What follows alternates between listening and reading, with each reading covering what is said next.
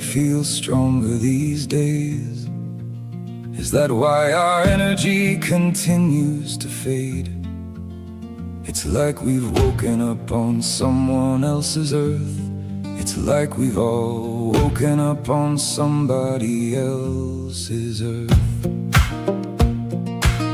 Where were we when everything was changed? Was it when they made our houses our cage? Forever since then, everything we loved is now another reason to be ashamed. Why are we putting up with all of this? Don't we want all of our kids to know that they are all wanted, and that this land is their home? Why are we putting up with all of this? Don't we want all of our kids to know that they are all wanted, and that this land is their home? Okay, let's get going. Happy Mother's Day to all the mothers watching. And if you don't know it's Mother's Day, you just had your alarm, so get on the phone and call your mother and stuff. Now, John, Flowers, you're having a bad chocolates. day. You're having a bad computer day. The desktop's completely down. Completely down. So, oh God, I've got it linked to a VPN, and you can't start it without a VPN, and so nothing's working. So I don't know how to untangle that one. No idea. Okay. The thing. Shall we bring in our first guest? I'm not sure Robin's joining us, but email keeps bouncing. It's does it? So if you text me through another one, I'll try that. But let's bring in the great Ramesh. Here he is. Morning, Michael. Morning, John. Morning, Ramesh. Yeah, good to see you. So this is much has happened since we last had you on. Amazing. It's like amazing. It's like history's on crack. Yeah, it is a bit like that. Oh my God. So I'll just do a little intro. It's I normally get the AI to write the intros for me, but I can't even do that this morning. So Ramesh is one of Australia's most distinguished academics. I first came across him when I was looking for alternative points of view to the government in propaganda during the COVID era, and he was writing for various publications. He published all around the world on COVID, from the Japan Times. I've probably got the name of the papers wrong, and the Argentinian Times, and all over the world. But the Australian government essentially ignored everything he had to say. He published a book some time back with the Brownstone Institute called Our Enemy, the Government, How COVID Enabled Expansion. There we go.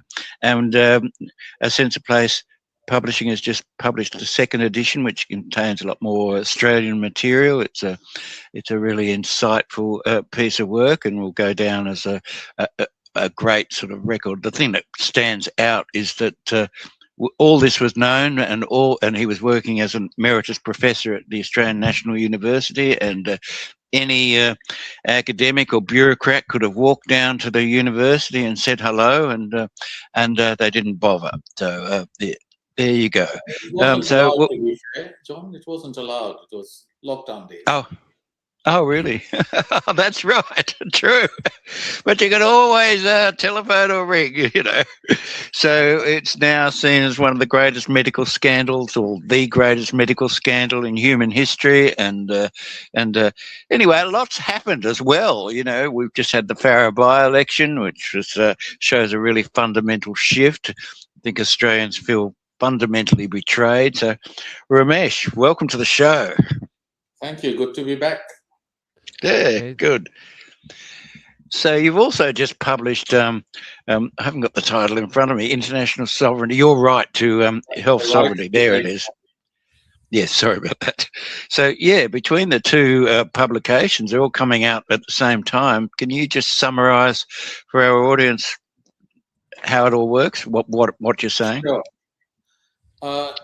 the right to health sovereignty is used in two senses: sovereignty of individuals, sovereignty over our body, bodily autonomy, bodily integrity, the right to make health decisions for ourselves in consultation with our GP, in the clinic, and in the clinical setting. The government has and should have no role. It's not for regulators to come between the patient and the physician. That was violated during COVID years as well, when you remember most notoriously, for example, doctors were told not to talk about the risk of COVID vaccines, even if true, because it could promote vaccine hesitancy. That's not the job of the government. So our sovereignty in that sense for individuals, which picks up on the traditional medical principles and health principles that has guided Western medicine for a long time, and that is beneficence, do good, non-maleficence, do no harm, confidentiality, and most importantly, voluntary informed consent. Okay? Then the next level of sovereignty is national sovereignty. Now, of course, the norms, the regulations, the structures, the health infrastructure, the certification of medical practitioners, all this and the standards required and the testing required is done by governments. And they should be able to do that for their country because that's their responsibility as states. Sovereignty implies a responsibility much more than privilege. States have responsibilities, citizens have rights, and that's the correct way to look at the relationship between people and governments. This is a principle that is widely accepted in the political science literature. It is a principle that was unanimously adopted by the United Nations in 2005 when a number of world leaders met at a UN summit in 2005. It is also a principle, incidentally, in which two Australians had a major role, and that's Gareth Evans, the former Labour Foreign Minister, and yours truly, myself. So it's now widely accepted that states have responsibility. That includes the entire welfare agenda as well as the security agenda for people. And then you get to regional level organizations. If you like, South Pacific Forum in our region, ASEAN in Southeast Asia, African Union or the sub-regions, SADC, ECOWAS, etc., and of course the EU. They can decide on appropriate norms and standards and rules of doctors in their region because, after all, they are closer to their region than is a global body. But you still need some sort of international cooperation because the world of yesteryears, when every nation was an island, that's gone and almost certainly gone forever unless we have major setbacks thanks to things like net zero. But in an interdependent and interconnected world, we need somebody to establish global norms, to give guidance, to establish standards. And that's where the United Nations actually is not just essential, but indispensable and unmatched ability to set global standards in consultation with nation states, to certify labs and the qualifications, etc., and collect data and establish surveillance network for disease outbreaks. But their job is to support states and serve states, not to boss states around, not to give orders, not to be coercive.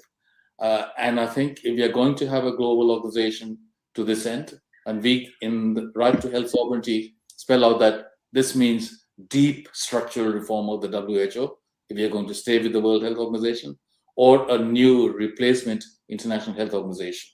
So that is a choice that we lay out without being prescriptive, because ultimately the decision is for states to decide. But before they go down that path, we need an honest and transparent and credible accounting of the COVID years. That means a rigorous review both at the national level, but also of the WHO and its manifold failures and shortcomings and flaws that were revealed during COVID. None of that has happened. And therefore, to push ahead with a new pandemic agreement backed by amended international health regulations, which, by the way, is not going to be completed, the pandemic agreement this year, because they have failed in the negotiations for the supplementary annex which is a condition of the agreement being opened for signing by states and then ratification. So we have at least 1 more year before we need to do that. We should consider that. All that is laid out in sovereignty. Sorry, go on. Could you just explain that a bit more? I think Australia signed up to this pandemic, shamefully, I understand, signed up to this. We did not. Because it hasn't been open for signature. The governing body of the WHO is the World Health Assembly, which is WHA, but that gets confusing. So let's call it the Health Assembly, okay? The Health Assembly voted to adopt the treaty. The United States has pulled out. Argentina has pulled out. New Zealand, I think, has expressed some disquiet about aspects of that, the pandemic accords as well. But it was voted, and some other countries may have abstained. So we voted for it. But at the time, they had not finished negotiations on what is called the Pathogen Access and Benefits System, PABS, which is you identify an emerging outbreak and you commit to giving the pathogens, to giving the WHO and other countries and the pharmaceutical industry access to those pathogens. That is binding, that is instant, immediate. In return, you have a vague promise of benefits that accrue from that in the form of pharmaceutical products, drugs, pills, vaccines, etc., which is legally uncertain. So it's an inequitable thing. And that was to be negotiated because they couldn't agree. They gave themselves 1 year. The intergovernmental work, the international organizations love these acronyms and things. IGWG, Intergovernmental Working Group. They held 6 sessions. The last one was supposed to have concluded in March with an agreement. They couldn't. So they reconvened at the end of April. But on 1st May, they announced that they still failed to reach agreement. The Africa group and the Equity group insisted on their conditions. The Europeans were not going to budge because they want to protect their pharmaceutical interests. So they have decided to have another session in July at the World Health Assembly, which meets later this month towards the end. They will ask for the working group's mandate to be extended and to come back with another finalized agreement at next year's World Assembly, unless they reach agreement early and have a special meeting. So no, we have not signed. It hasn't been open for signature. The agreement in principle is once it's open for signature and once 60 countries have signed and ratified, then a month or two after that date, it comes into effect. So we do have time still to reopen it. I'm hoping that after the Farrer by-election result and after the local council results in the UK, the established mainstream parties will finally begin to acknowledge that they have failed to take the peoples with them on this never-ending, always expanding commitment to new international agreements, to new international rules and regulations that are binding, from which is pretty much, certainly very difficult, if not impossible, to retreat later on. And that decision-making, the locus of decision-making, needs to be returned to the sovereign state and through them given back to the people. So the events in the political world are very much in keeping with the principle of the argument that we are developing in the book. And it goes back to my title for my own book, Our Enemy, the Government. The government and the administrative state has become hostile to its own people. It's become hostile to the majority. The elites behave with a condescending, dismissive attitude towards their own people, reject the concerns that are repeatedly expressed by the people. And the people have started leaving the mainstream parties in droves because they no longer have any. Look at what, don't just look at the victory for one nation. Look at the collapse in votes for international listeners. Could we just explain what the Farrer by-election was and how significant the results, and the news-averse Australian population too? So just explain the significance. The news-averse Australian population is the most sensible centre, I suspect. But people might be more familiar with the UK situation. So let's start from there. The Reform Party was dismissed as a fringe party, far-right insurgency movement with no agenda, no suite of policies, not going to be a serious threat. Center-right parties have tacked more and more to the center and away from the base on the assumption that our voters have nowhere else to go. So when it comes down to actually voting in the booth, they will come back and vote for us. That assumption is not just proving to be false, it's proving to be dangerous. Yes, in the UK, in the local elections, the biggest loser was Labour.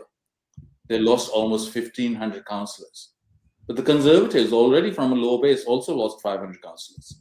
Wow. And Reform gained almost 1,500, but the Liberal Democrats gained a few, and the Greens gained quite a bit more.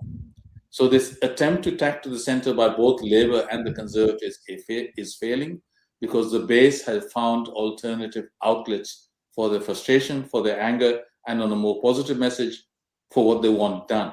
If you go now in Australia, the previous leader of this Liberal Party, Susan Lee, she was one of those tacking to the centre, the factional infighting in the opposition party between the moderate wing and the centre-right wing, which was dismissed as hard-right. The idea that if we are going to win, we need to go more and more to the centre. The counter-argument that, in fact, you are now starting to lose more of your base than the one or two you might gain to who are coming to you, because the people who oppose you are never going to vote for you anyway. That same argument, after 14 years of power in government, the Conservative Party has very little credibility left amongst the disenchanted section of its base. So you have the same phenomenon here.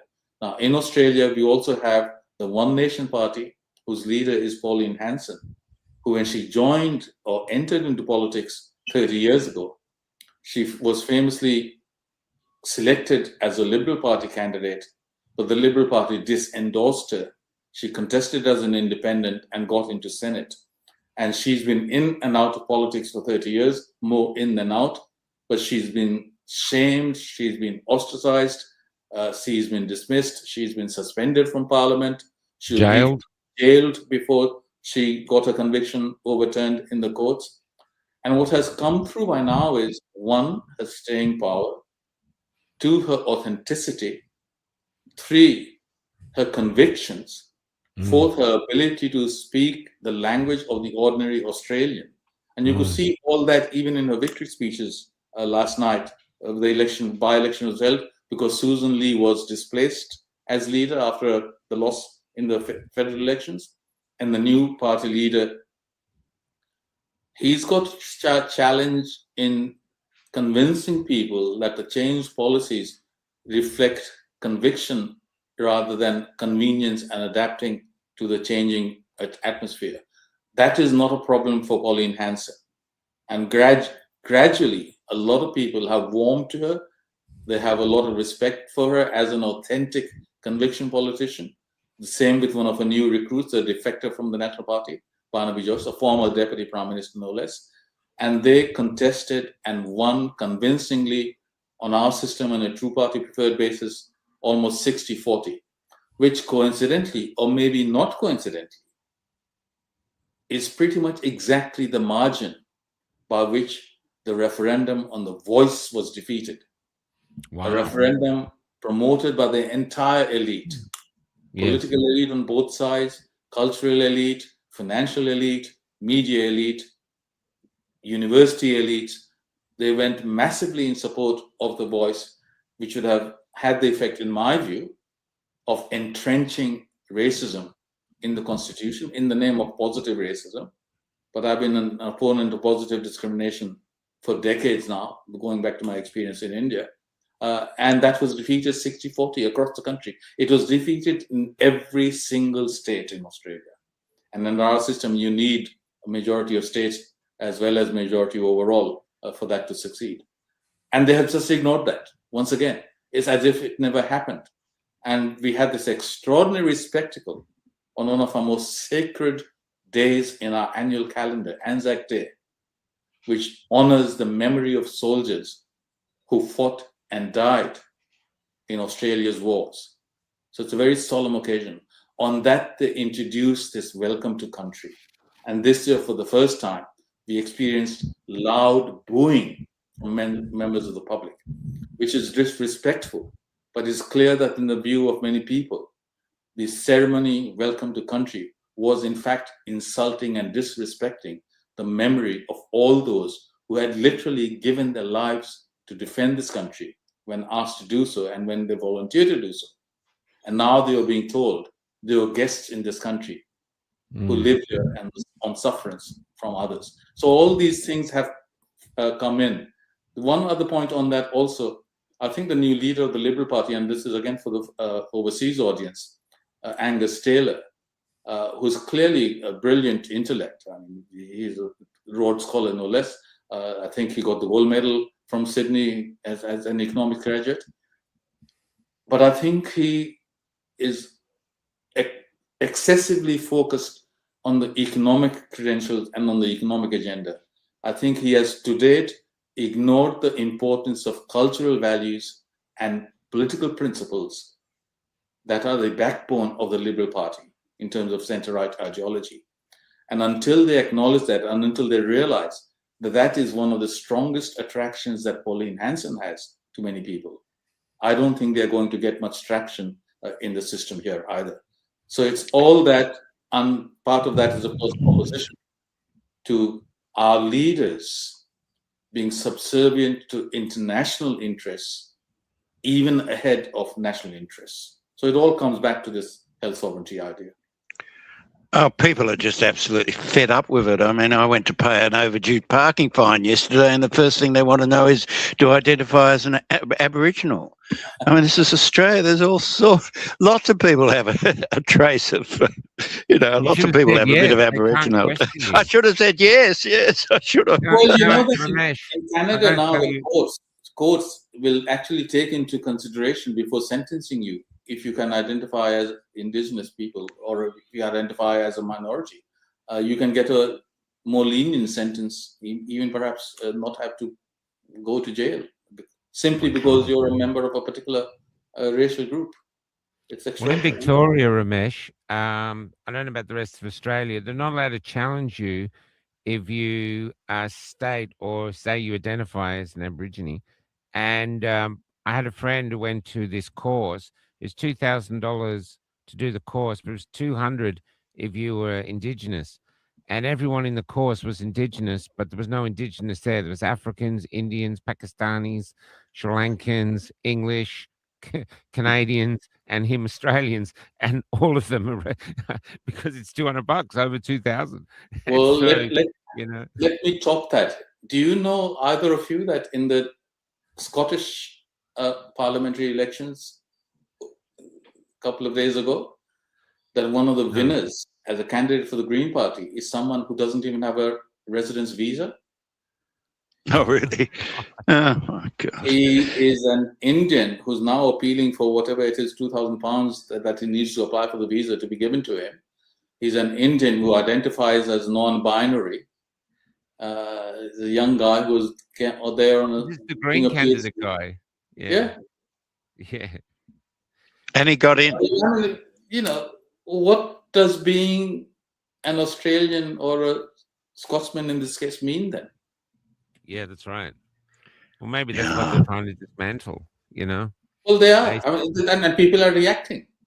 Yeah, I think that sense of identity is absolutely critical. It's amazing that we recognize that with minorities and with foreigners, but we dismiss it at a national level. So who are the forces that are driving all this? I mean, the erosion of national identity and national borders and all the rest of it. Who exactly are they, and why are they doing this? Why are they? A lot of people feel like Australia is being deliberately destroyed, that they've been personally betrayed, and they don't believe a word that comes out of the government anymore. So who are the powers behind all this, and why are they doing this? I think, it's Lord Maurice Glassman who uses the phrase the lanyard class. I don't think it's originally his. I think it's from somewhere else. But let's start with that. It's interesting. Of the four of us in this conversation, we are all informally dressed, to put it mildly. And typically, if you look, most of my professional life, I'll be here wearing if not a full-fledged suit, at least a jacket and tie. And most of the time during my professional life, I would also have had a lanyard giving my name and identifying my affiliation. So that's the lanyard class, the group of professionals, the everywhere people who fit comfortably wherever in the world they are, can converse in the language of the elites, and have more in common with one another as elites than they have with their own people. And the old distinctions between left and right, labor and liberals here, Democrats and Republicans in the US, labor and conservatives in the UK. These distinctions now are less relevant. Class distinctions are less relevant. Racial distinctions are less relevant than the distinction between elites and others.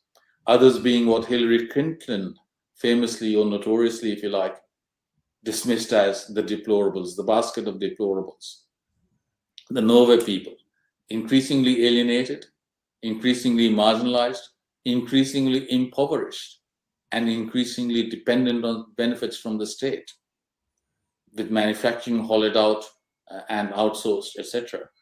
Trump gave them voice in the US, Nigel Reform in the UK, Marine Le Pen is doing the same in France, the AFD in Germany. You can go all Geert Wilders in the Netherlands. The Italian lady and the Argentinian guy. Giorgio Meloni. So this is no longer an isolated phenomenon. And this is why one of the striking things, again, in Australian context, is a great speech that, again, Pauline Hanson gave at the CPAC conference in the US when she spoke at Mar-a-Lago and got quite a good reception from that crowd. So there is a counter movement, and then this Alliance for Civilizations, or whatever it's called, responsible something, that John Anderson, a former deputy PM, is part of, along with Jordan Peterson and Nigel Farage, etc. So it is a worldwide effort to say now culture is central, our values are central, our identity is critical, and we need to reassert and take back control of our lives, of our country's affairs, against the global elites. So that anti-globalism sentiment is part of that as well, that the suspicion that our elites sign up to international commitments because they are part of one international movement, the Davos man, if you like. That idea that they are a united elite, cohesive, they share the values. I mean, why did Scott Morrison sign on to net zero? And the important thing is not just why he signed on, but when and where. It was when he was invited as a guest at the G7 meeting, if you remember. And then he suddenly, this is the man who famously took a block of coal. Yeah, that's right. And now suddenly he's signing on. So all these things are that elite versus the people, that I think has become central to the politics of many Western countries now, many Western democratic countries. Well, most people I talk to, like I just did an interview with an old truck driver who's basically dying of cancer in a condemned house, and he hates the government. As far as he's concerned, the government is the enemy. And he's not been a political mind all his life. It's like this. That's in the interview, he says it. You know what I mean? It's so what I'm saying is he spent most of his life probably as a Labor supporter, just voting Labor without thinking of it. And now he'll probably be Pauline Hanson simply because of what you said. Yeah. You know, he thinks she relates to me. She sounds like me. And it's quite clear, like even driving around town to town, how they've been pushing the woke onto us, like Tucker Carlson said, it's like a religion. They've been forcing culture down our throats at the price of saying you just have to erase your own culture. You know, where Albany, where the Gallipoli soldiers left from, on Australia Day, they don't fly a flag in the town because we might upset someone. This is where our soldiers left to fight for this country, and now they won't even fly the flag. this resonates with people. Maybe not as the elite when they're in power, but getting down here, the people are noticing. They're not as stupid as people think. Can I ask you a question about the elite, though? They're pushing things like, say, the woke agenda, but it is so unpopular. Like that Delvine Mullaney, she destroyed Buzz Light. You know, they destroyed Jaguar. I mean, who could have that ad they did for Jaguar where they look like pot plants? You know, they destroyed Jaguar. Did they possibly think that the public was just going to accept this and you know, embrace it? I mean, I know some did, but there's so much that didn't. What's the methodology behind it? What's the reasoning behind it, trying to force this dehumanizing thing down our throats? A few comments, Michael. Firstly, on the government being the enemy, you remember the famous word, the saying from Ronald Reagan, the 9 or 13 most dangerous words in the English language. We are from the government and we are here to help. Yeah, that's right. That idea. On the flags, there's that element of not having the Australian flag, but on the other side of that, also, of course, how long has Anthony Albanese been Prime Minister? Have we ever seen him in an official function without 3 flags? And it's a visual representation of a fragmented Australia. Instead of united, cohesive, one Australia. So there's that. The bigger answer is, and I think COVID is actually very important for this, because it's brought home to many more people the reality of an elite class, which claims to an expertise that we realize they don't actually possess all that often. Yeah. They claim to occupy a moral high ground, which most people no longer believe they deserve. And they are always busy, Jobsworths, good English word, trying to tell us little people how things should be done, what we should be allowed to say, what values we are allowed to have. Yeah, that's correct. An inversion of every basic democratic principle instead of reflecting us. And there's another thing at the advantage of One Nation. Its candidates look like everyday Australians, whereas the elite, the mainstream parties, are the same slick, glib staffers, university graduates. And when you have a cabinet that is still engaged effectively in university politics, activist politics, starting with the Prime Minister, still convinced that the best thing he can do is to fight Tories, you have that problem. So yes, it is a real problem. And I think you look back to the cabinet photos from the 50s, they reflect a diversity of Australia in different walks of life, have some real world experience.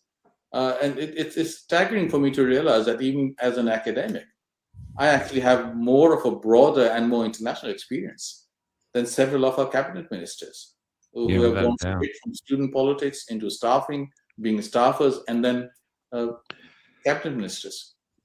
So we're going to be joined later in the show by Robin Robbins, who has just published a book. I don't have an email. No, I'm just going to try and sort it. So can you put me on pause for a minute or block me out, and you two can keep chatting? Do you know, I remember back to Bob Hawke when we won the America's Cup, and he said the next day, well, probably drunk, any boss who sacks his employee today is a bum. And that was pure. I thought that was brilliant politics, because he united Australia with that. He said, we can go out and wear suits and look like we're the elite, but down on earth, we're just larrikins. When now I tell people the larrikins, which is our culture, one of our cultural norms, is being defended by the Corellas that fly over the town. And they fly over these quiet towns where everyone's terrified, going, F you, F you, F you, and they're gone. But you can feel it everywhere. You know, there's such anger. It's not me going town to town. There's such anger, such despondency. You know, people look crestfallen. It really is interesting to me that these elites really thought they could pull this off. So they must have done that where you say underestimated your opponent, and they seem to have underestimated people on a whole that now around the world, people are rising up saying, no, enough, Yeah, you know? enough Yeah, is it's enough. happening. That's right. Yeah. Do you think it will continue on? You think there's a good chance that say Pauline Hanson could actually become Prime Minister? There's an I'm interesting. asking in You I'm asking in Indian, isn't that it was an hilarious? I'm laughing because there was an interesting set of comments last night. I forget who said it. This is when I was watching the results coming in on TV, and someone said that if these voting shares hold up at the next federal election, there's a very good chance that One Nation emerges as the second main party, Yeah. as the opposition party. And that one of the panelists said, well, the trouble is they don't want to be the main opposition party. Their ambition is to have maybe 10 seats in the lower house, so they hold the balance of power and they exercise influence in negotiating what they're going to support and what they're going to compel the governing party to drop. And so the line that struck in my mind was, one of them said, this might be the first occasion in which the votes they get actually exceeds their ambition, not just their expectation. Oh, I see. So And they there want is to be an a argument to proponent that. and they end up with the cake. I think, I mean, going back to the serious analysis to answer your question, the subtext of that is, I think we have already seen One Nation repeating the mistakes of reform, in that, in the urgency of getting candidates up, they have neither the ability nor the time to engage in a rigorous vetting procedure. And sometimes candidates get through that they then have to distance themselves from. Yeah. And look what's happened with the Green Party with respect to some of its candidates, and even Labour for that matter, when people who are elected as Labour senator are now independents. So that's one difficulty that they're going to need time and resources to sort through. And then, before you become Prime Minister or part of government, you need members of Parliament who actually have some experience of political leadership as shadow spokespeople, or preferably actually running local councils or whatever, or experience at state level. Now, at the moment, Reform has a few of those in the form of defections. So Corey Bernardi, Barnaby Joyce, One Nation has that, and Reform in the UK has also got conservatives, like Robert Jenrick and Danny Kruger. So that is important. And for that reason, I think they will need at least one term in Parliament with MPs who have just been elected, and then learn how parliamentary system works, how Parliament works. It's not just opposition, it's doing deals, it's taking part in negotiations, it's learning what is negotiable and what is not. What is our bottom line on which we are not going to budge, and where is it we need to agree in order to achieve some progress on the policy agenda, rather than just have series of block. Look how dysfunctional the US Congress has become, where they won't talk to each other, they have no respect for each other. The other side is the enemy. It's not the difference of opinion. And if we win next time, they will reciprocate and support us clearly, where we have gone to an election with a policy, and that's been voted, and then we have an electoral mandate.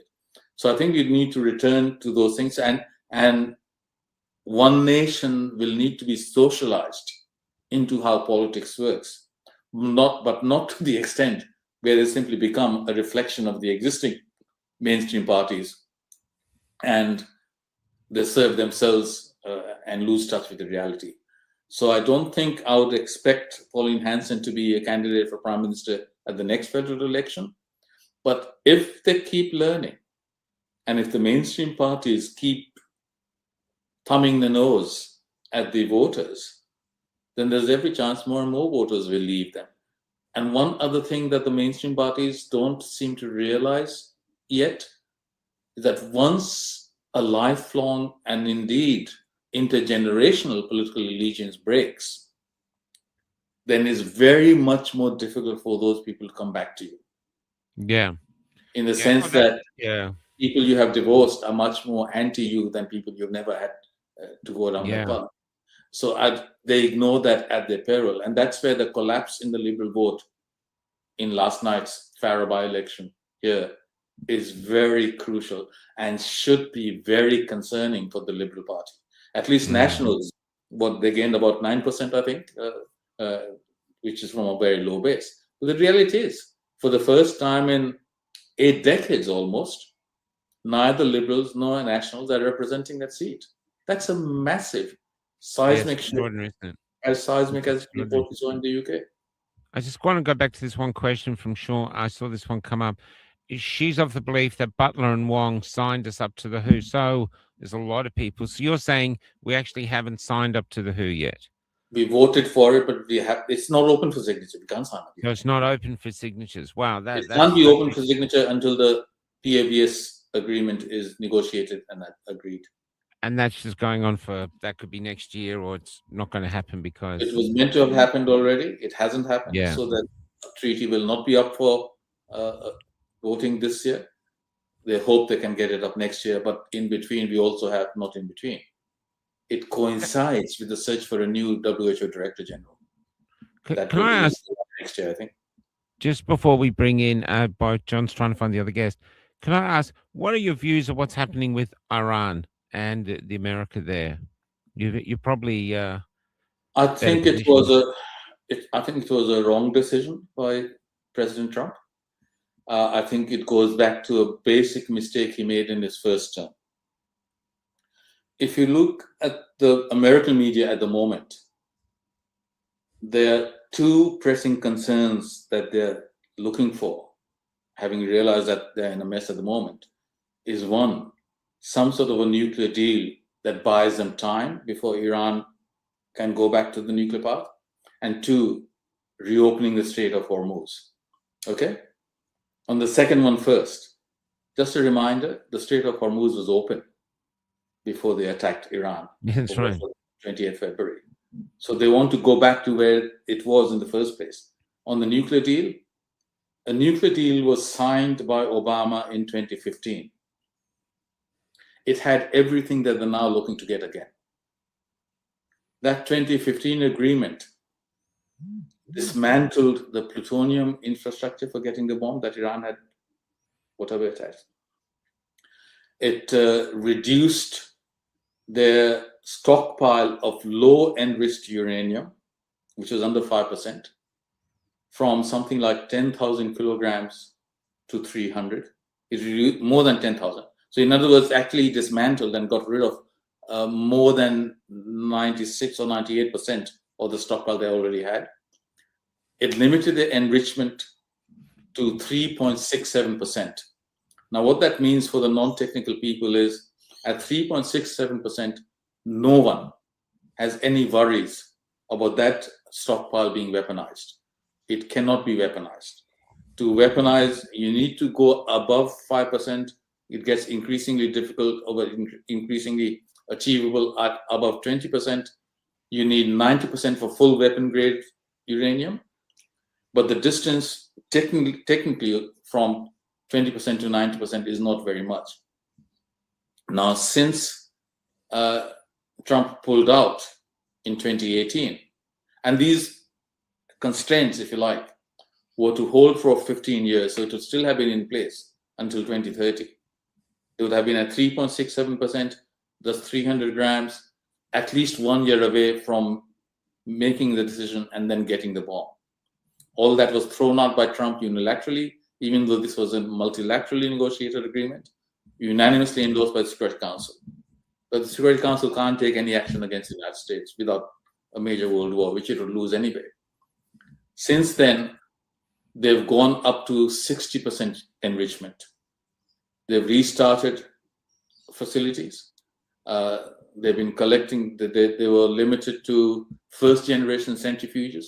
They've gone to more modern centrifuges, and they kicked out the international inspectors. So there's been no checks, and the IAEA can no longer do that.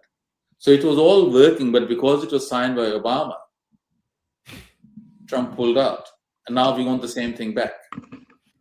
So I don't think you need to express any love of the Iranian regime. It really has been brutal in cracking down on any dissent. Yeah, it And has. I've been to Iran. I spent a few days, and it's clear when I went already, which is some time ago now, that the youth had lost complete faith, at least lost faith completely in the revolutionary regime, and they had no love for their regime. But you can't impose freedom from the outside. You can't impose democracy on the back of a military intervention. We have learned that lesson repeatedly. So you can't send democracy in on a missile. You can't do that. The Americans in the past few decades have been very, very good in their destructive capability, in winning battles but losing the war. Because what is the point of military action if you then destabilize and end up worse? I mean, everything considered, has Iraq been better off since Saddam Hussein was deposed? Or has it actually spread the instability and violence and dysfunctionality? Yeah. And look how the other minorities have suffered. Look how the women have suffered. Yeah. One thing about Saddam as a dictator, there was some sort of counter to the second-class citizenship of women. Same in Afghanistan. Libya is not any better than it was. Afghanistan, what was the sacrifice for in the end? So we have learned these again and again, and then my next conclusion is there is no humanitarian crisis in the world that is so bad that it cannot be made worse by an outside military intervention. So we have to be careful there. So if you look at all that, where are we with Iran? There is a more hardline group in power. They have shown their ability to close the Strait of Hormuz.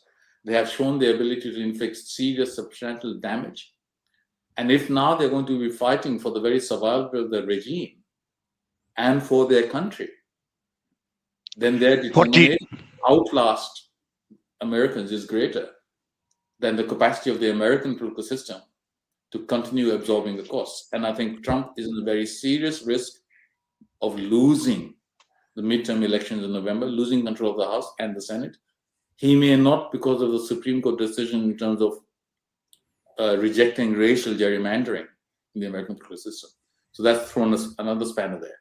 But certainly it's not popular. This is the first military intervention I can remember in a very long time where there has been majority opposition from Americans from the very start. It was never supported by a majority. And that has deepened and more worse.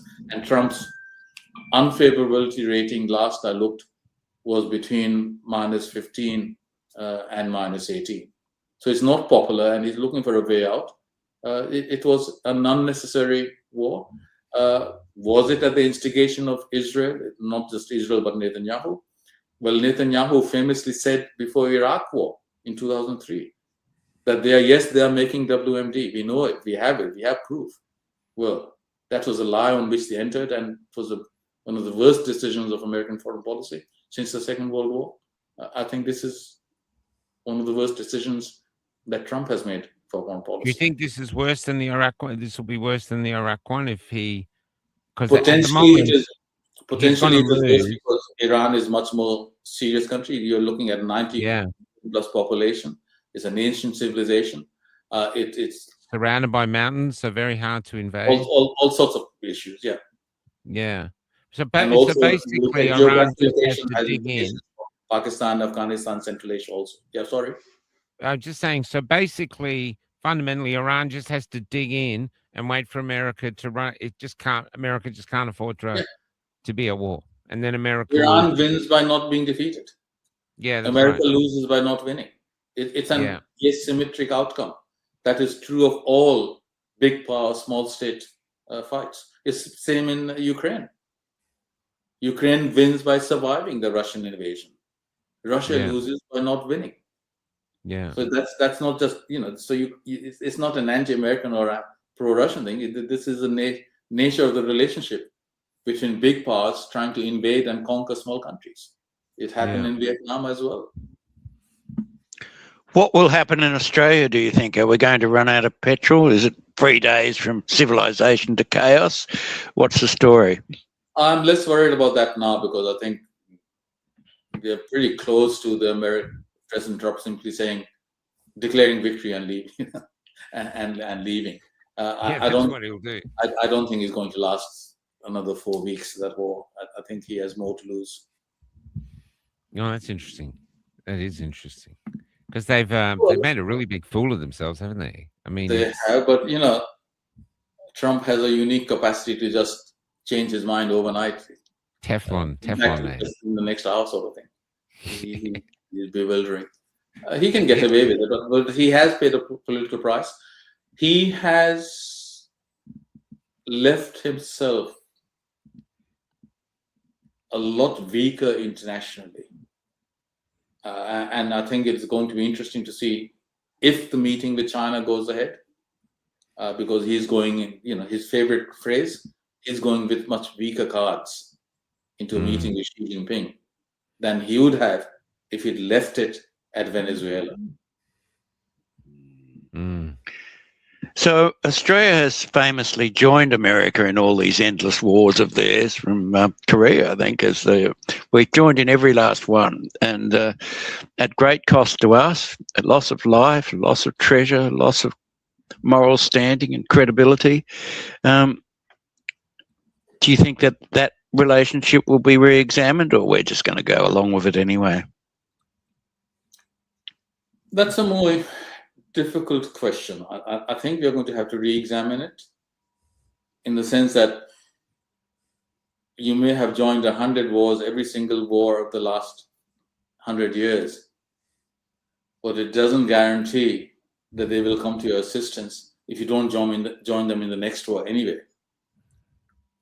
Yes, look at all the garbage that Trump has poured on Australia for not fully signing up to Iran. And I mean, we've been the loyalist partner you could possibly think of, including spending significant amounts of money of Australian superannuation pouring it into America's coffers rather than our own. And the AUKUS deal and all of that. So there is that AUKUS deal. In principle, I didn't have any problems with that as such, but I think the time factor involved and the costs involved and the political difficulties in both countries, I just very early on decided it wasn't going to happen. So we'll see. I think originally, thinking back over it, I would have preferred us to go for a French nuclear power deal originally, which would have been cheaper, by the way, and we might actually have had some submarines by now if we'd done that. But this is the brilliance of Malcolm Turnbull, along with his snowy hydro thing, where we paid billions more in order to get them to change their technology and go back to pre-nuclear, when the model that we were buying was actually only nuclear at the time, nuclear power, that is. That also had less proliferation sensitivity for weapons than the one we've decided to buy. Yes, the cost blowout from 2 billion to 40 billion. But there is one other thing to go back to the American relationship, and that is, realistically, the most likely big strategic threat we face in the foreseeable future is from China. And if that were to eventuate, I'm not sure that we have any realistic option to the United States. So what we need is a more, honest, open and serious conversation nationally as to what our threats are, what our risks are, how do we balance the risks of entanglement in a war that the US leads us into, rather than a war in which the US comes to our defense. And let's not forget, in the Second World War, the United States didn't come to our defense when we were attacked. They came to our defense only after they were attacked. Yeah, that's right. So it wasn't as look at the trouble that Clive Hamilton had publishing that book, The Silent Invasion, Chinese Influence in Australia. There's never been a honest and open discussion about any of this, and it's a silent invasion. They, basically buy it. You don't have to fire a single bullet. The best type of war. To tie this back to where we started up, John. Fact is, most Western democracies have lost the ability to conduct serious conversations in public on issues that are vital to their survival and prosperity. That's You can't an have. incredible comment. Can you have a serious conversation even today about net zero with the elite? Absolutely not. You're a terrible person. Yeah. We saw that with COVID. We see that with other issues. We see that with immigration. It's interesting. Yeah, what you're you a said racist. About, You're whatever. Sorry, it's interesting Michael. what you said about the way we're dressed and the way we're coming across, because I'm realizing now that this is the uniform of dissent. You don't wear the suits, and there's podcasters who wear the suits to go across. They don't do as well. You see Carl Stefanovic. He doesn't wear a suit when he's doing the podcast. He just wears the t-shirt. It's so the elite are actually their suits, which used to convey power and wisdom and trust, is now seen as fraudulent and corruption. And conveys expertise and gravitas. Yeah. And seriousness. Yeah, it's interesting, isn't it? An element of that, yeah. Well, we were hoping to have Robbins on, but I'm not sure that's going to happen. The other thing I wanted to talk to you about is with the word sovereignty. I find it interesting that that's the word they're using against anyone in dissent now, is sovereign citizen, which the word doesn't make sense. But that's what they're using against us now. Anti-vaxxers didn't work, cookers didn't work, and now here they're making sovereignty a dirty word. And so is this a form of just the propaganda to try keep people from reaching basically the most weird example of that, in my opinion, is the word populism. It's used as a dirty word. It's used as a legitimizing label. But what does it mean? It means you are supporting, you are backing policies that are popular. Well, isn't that what democracy is supposed to be? Australia doesn't feel like a democracy anymore, that's for sure. So they make a virtue of saying they oppose what most people want. Now, mind you, we also have a government whose finance minister or treasurer in our language says that the way to build trust is to break promise. So we're in a strange world. Or the ex-prime minister of New Zealand saying the only way to protect free speech is censorship, or something like that. That's right. To be the only single source of truth. Yeah, that's right. They say she's hated in New Zealand and welcomed everywhere else. She came by this area recently, and they all think she's wonderful. She's living in Sydney now. But we saw this topsy-turvy world even during COVID. In the previous century, if you went into a bank wearing a mask, they'd call the police. Yeah, that's right. During COVID, if you went into a bank not wearing a mask, they would call the police. I know. I used to be a motorcycle rider. That was the thing, and you could go into service stations. You had to wear a mask. Yeah. Where before you had to take it off to come in, and it's everything went crazy. But I just wonder though if everything did go crazy, or if there is this silent majority who sort of use common sense like a perch. That's how they navigate through all the, they're just always looking at from there. And that's why the woke is failing. I mean, the woke thing just doesn't make common sense to, doesn't make sense to people. There's, we've got a detransitioner coming on now, hopefully. And her story is horrendous about how instead of having all the doctors and everyone around her making sure she's doing the right decision by, going into self-mutilation and all that, they were actually promoting it.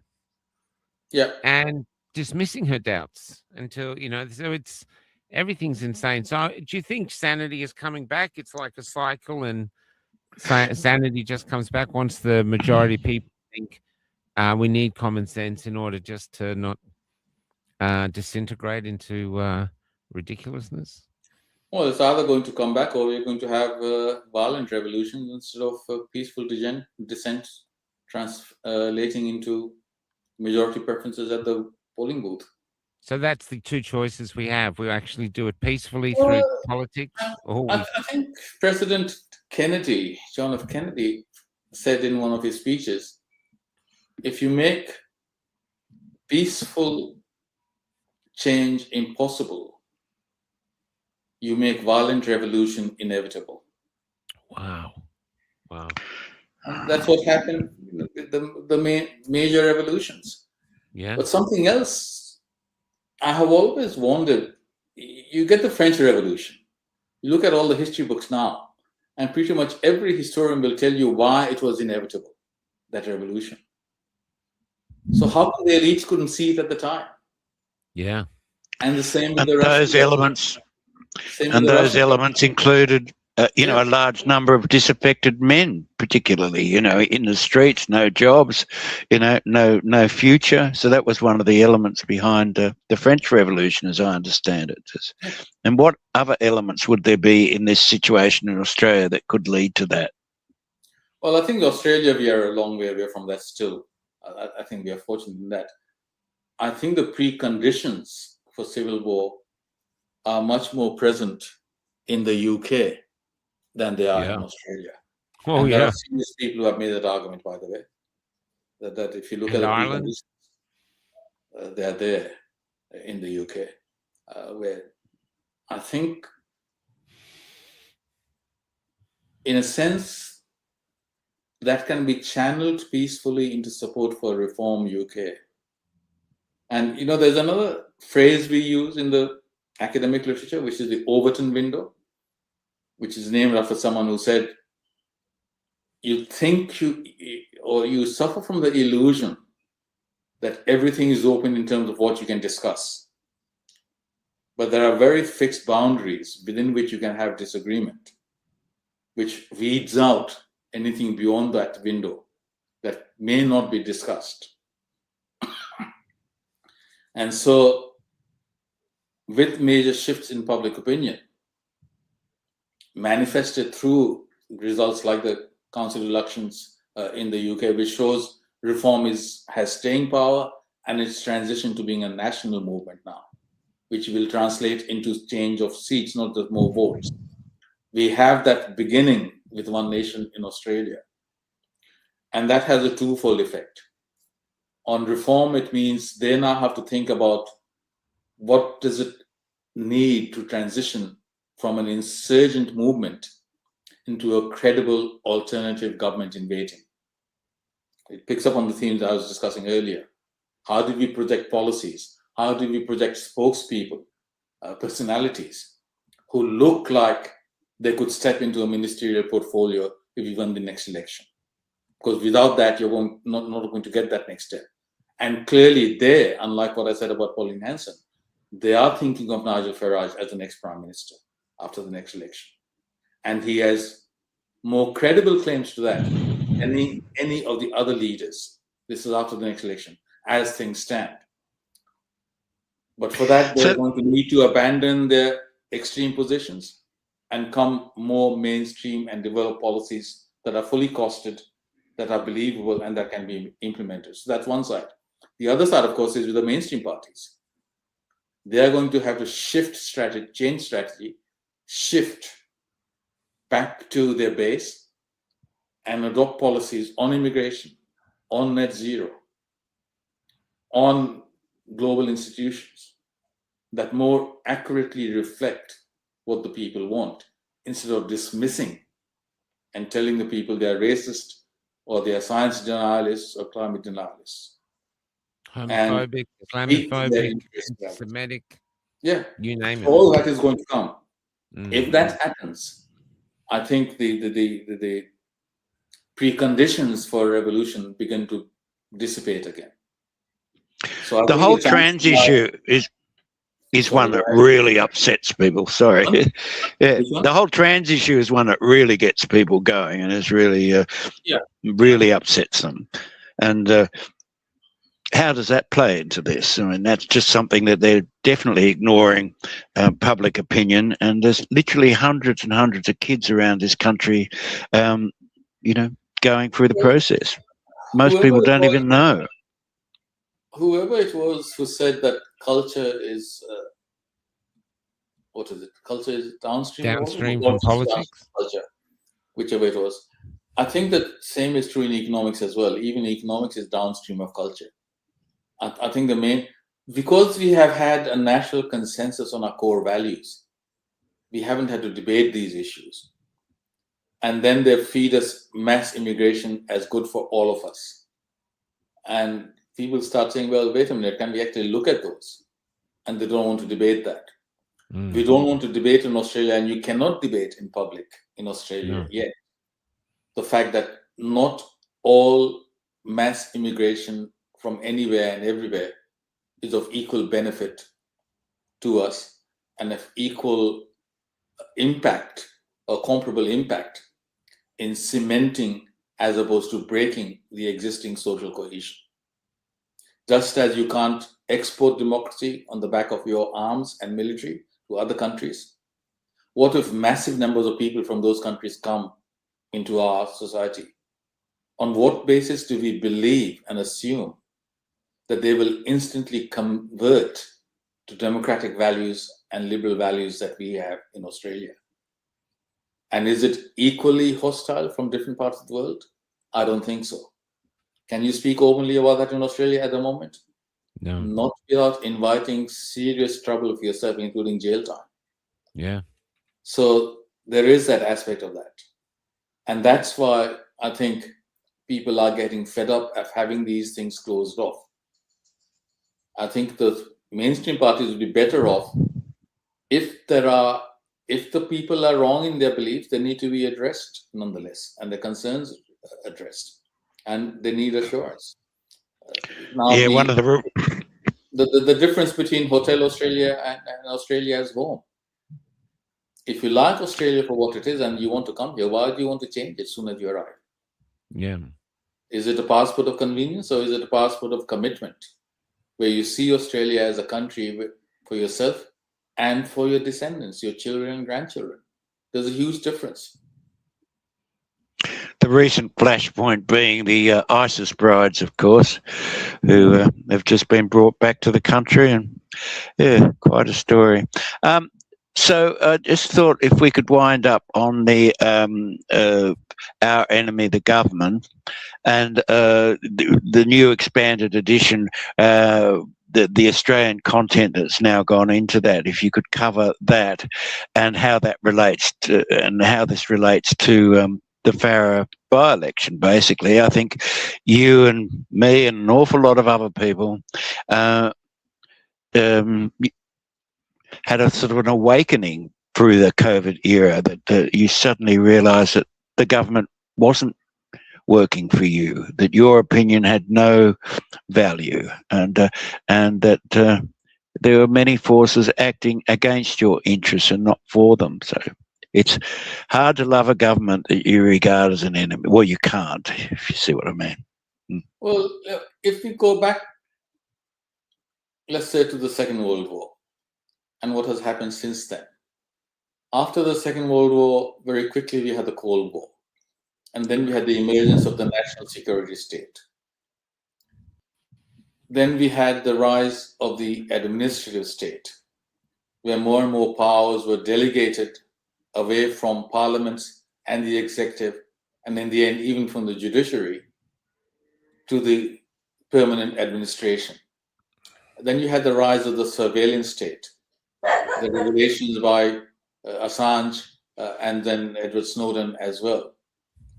And under COVID, we had the rise of the biomedical state, which is where, again, and each one of these, the state acquires more and more powers at the expense of citizens.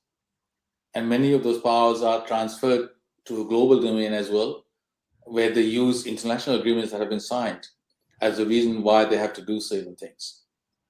But powers keep being given to governments and to international organizations and centralized in the office of the Prime Minister or the President, and taken away even from the cabinet colleagues. And once powers are assumed by governments, they very, very rarely and infrequently, and for few issues, give them back. The most recent manifestations of that are, of course, the social media and digital platform restrictions, where you now have to have ID before you can do certain things.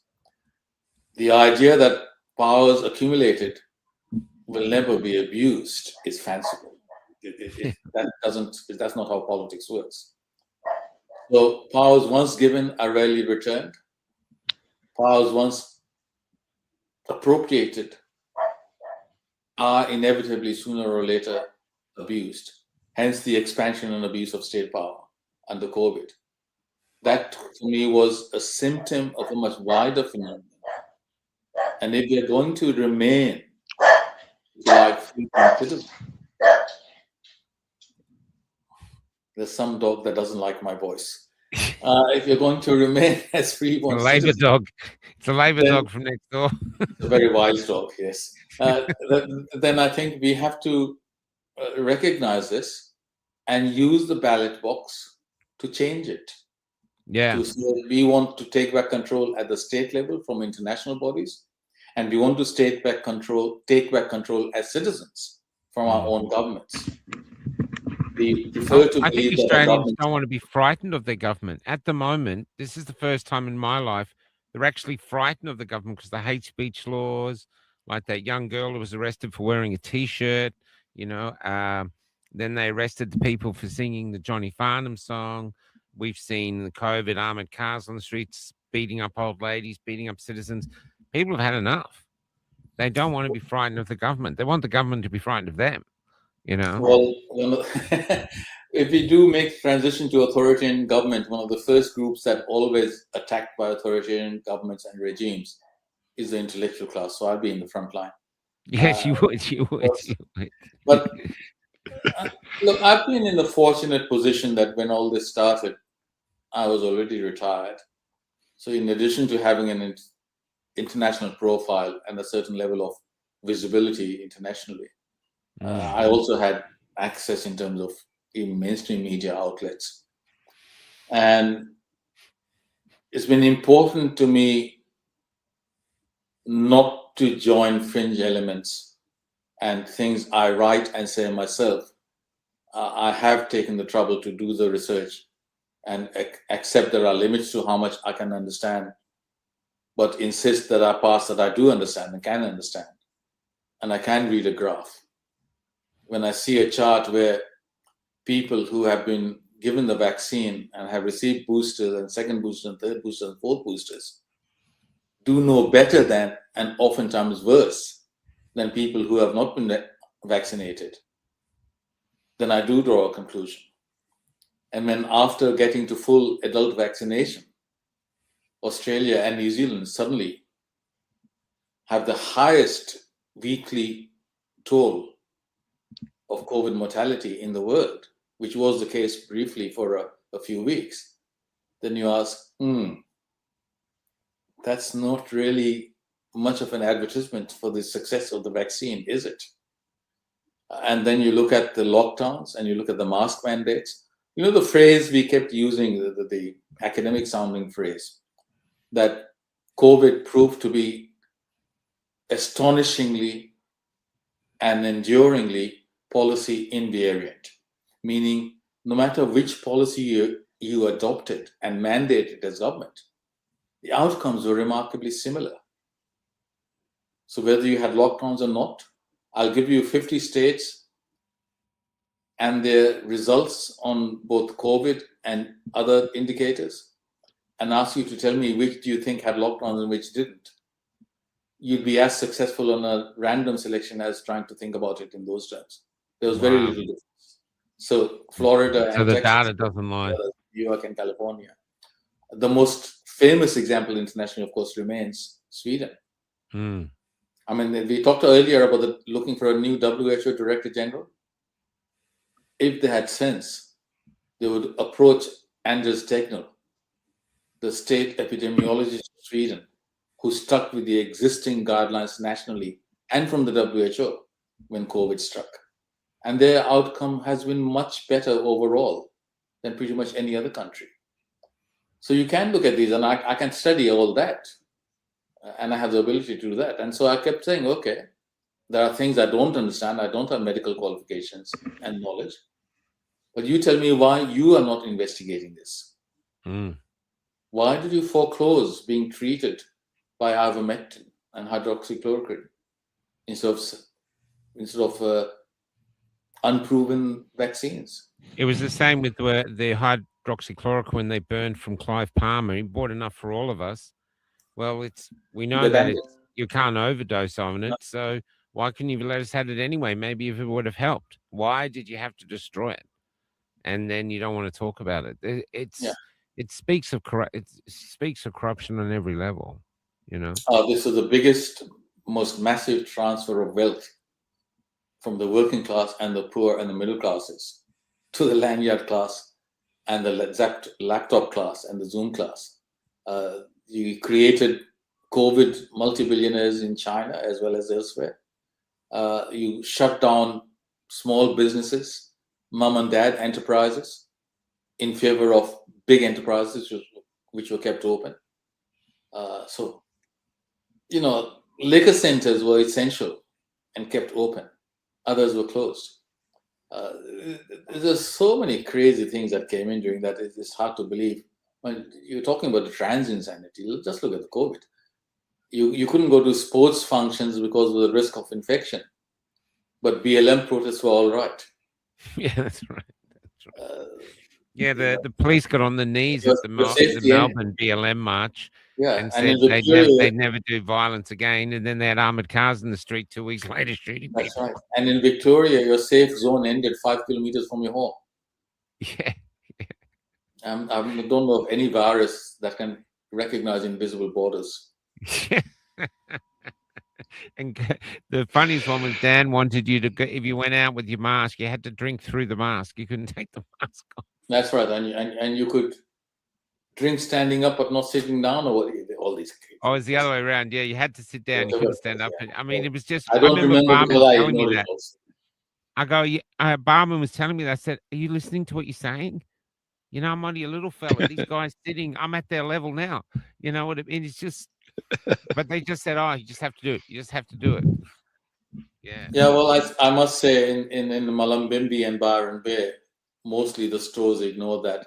Occasionally, I would run into someone who say, we need you under law to have a mask on. So I'll put it on for that occasion thing. But, even if you went to the supermarket, you'd see many people, in order to speak to the check-in agent, they would actually take their mask off and put it on the counter where all your food was. So it became actually, in many cases, a vector for transmission instead of protection. They had all these crazy things. It's quite unbelievable. Plus, it had on the box, was absolutely bonkers. Not suitable for COVID-19. It was on the box that the masks came in. It's still there. So how do you think the distrust or outright disbelief in government and its messaging feeds into the Farah by-election and this sort of populist revolt that you're seeing here and everywhere else? Well, it's a pox on both your houses, that attitude. We don't trust you. We have reason not to trust you.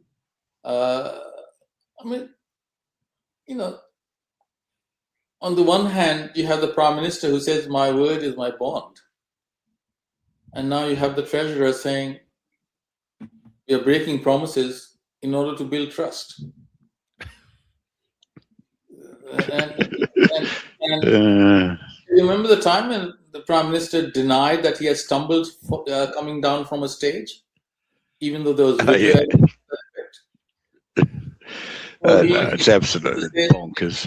If you present him with a contradiction, he says, no, I never said that, and just goes on as if...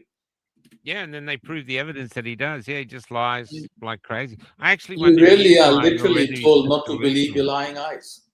Yeah, that's right. That's right. Yeah. So I think a loss of trust is a general phenomenon that's been documented in multiple opinion polls around the world. That includes the media, and the media doesn't seem to care. It's astonishing. The thing about trust, though, sorry?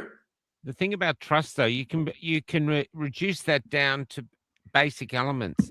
I mean, if you're in a relationship and you find out your partner's been sleeping around, the relationship never gets back to the pre-trust position it was in. You know, you can never trust them again. Even if you stay with them, you never trust them. Same if they caught them gambling or anything else. I mean, basically, once the trust is broken, that's it. And in COVID, our politicians have just, they've lost that trust. I'd struggle to think that they'd get it back unless they basically got rid of everyone and started again. You know what I mean?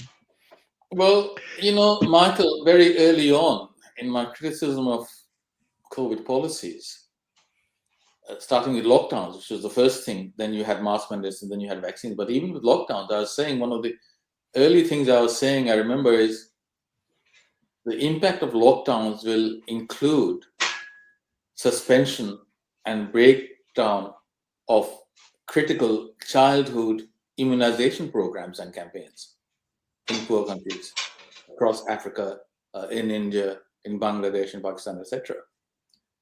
And then when I extend my criticism to vaccines, when those mandates are brought in, to be told I'm an anti-vaxxer, I said, excuse me, one of my first criticisms of lockdowns was you're going to damage the vaccination campaigns. And you remember, who was that Northern Territory Chief Minister? Was it Gunner? I think Gunner. It was. Who went on that absolute crazy rant about anti-vaxxers. Yeah. What else you have done? Exactly. So yeah, I think you're right, Michael. And I mean, absolutely right. It takes a lot of time and effort and investment to build trust.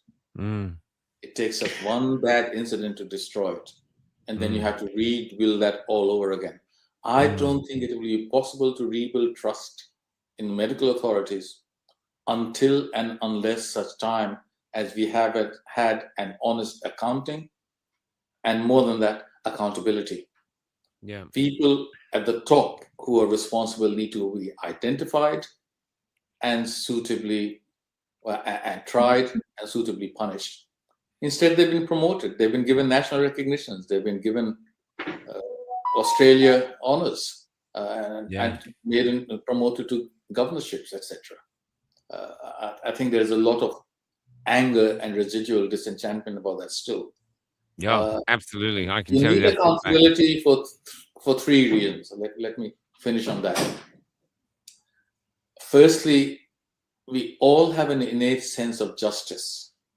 Every society. You can't have a society without some system of justice which recognizes that those who commit wrongs need to be punished in an appropriate way. And only then is the sense of justice appeased. Second, you need that accountability in order to bring emotional closure to the victims and their families. If you had a loved one who, because of the pressure of isolation and mental health breakdown and depression, committed suicide, you want the people who are responsible for that to be held to account.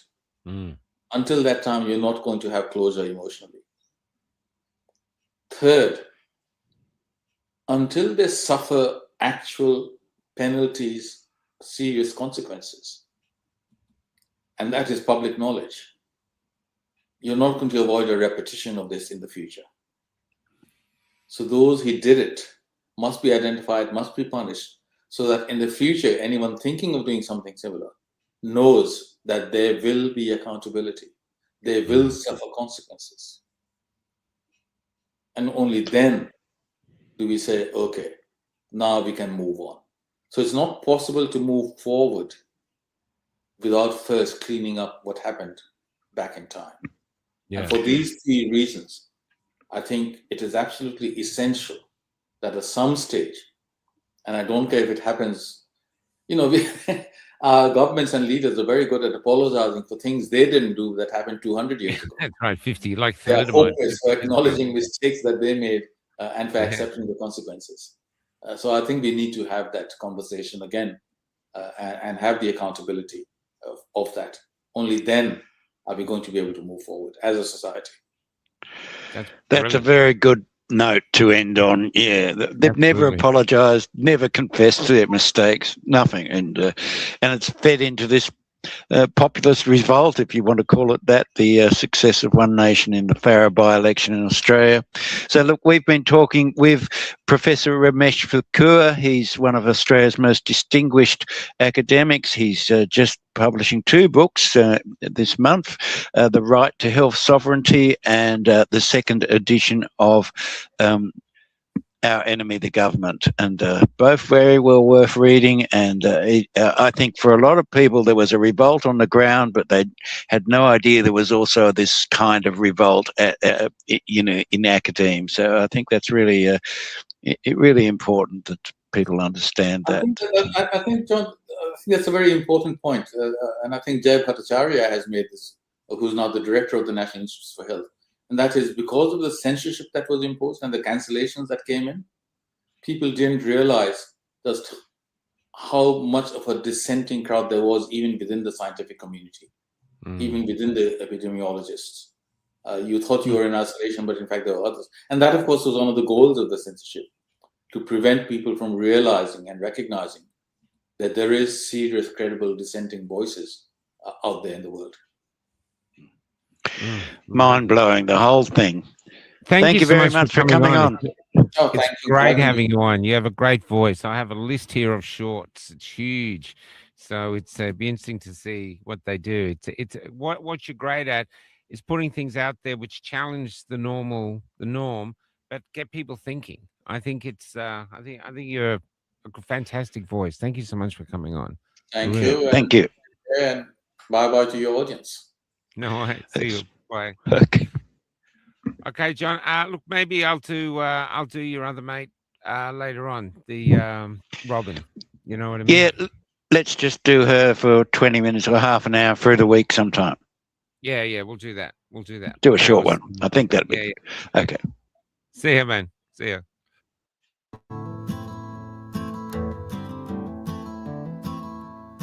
When I met Jesus Christ, he was almost 10 years old, and he was helping his mother push a trolley full of all they owned. And because they couldn't find an inn they could get in, they were heading to the city and leaving Bethlehem. Couldn't you perform a miracle? I'm out of them, he said. Tried turning nothing into warmth, but it just made my mother cry. It just made my mother cry. Mary Magdalene has become a man, and tonight he's old, and she has been riding my tram. Now it's late and she's trying to sleep beneath poster for a bank. Your dreams are important to us as it bathes her face in gold. Come give us your natural gifts, we make wealth from toil. Come pretend for history's page that we're advancing Australia.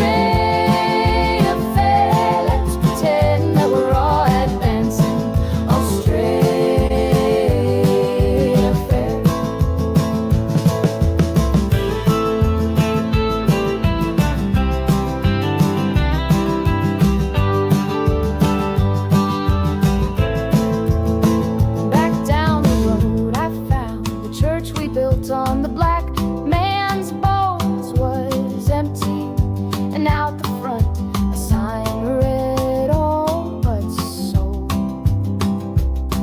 A sign read all but sold. And we all owe so much money, but to whom we're not quite sure. So hey,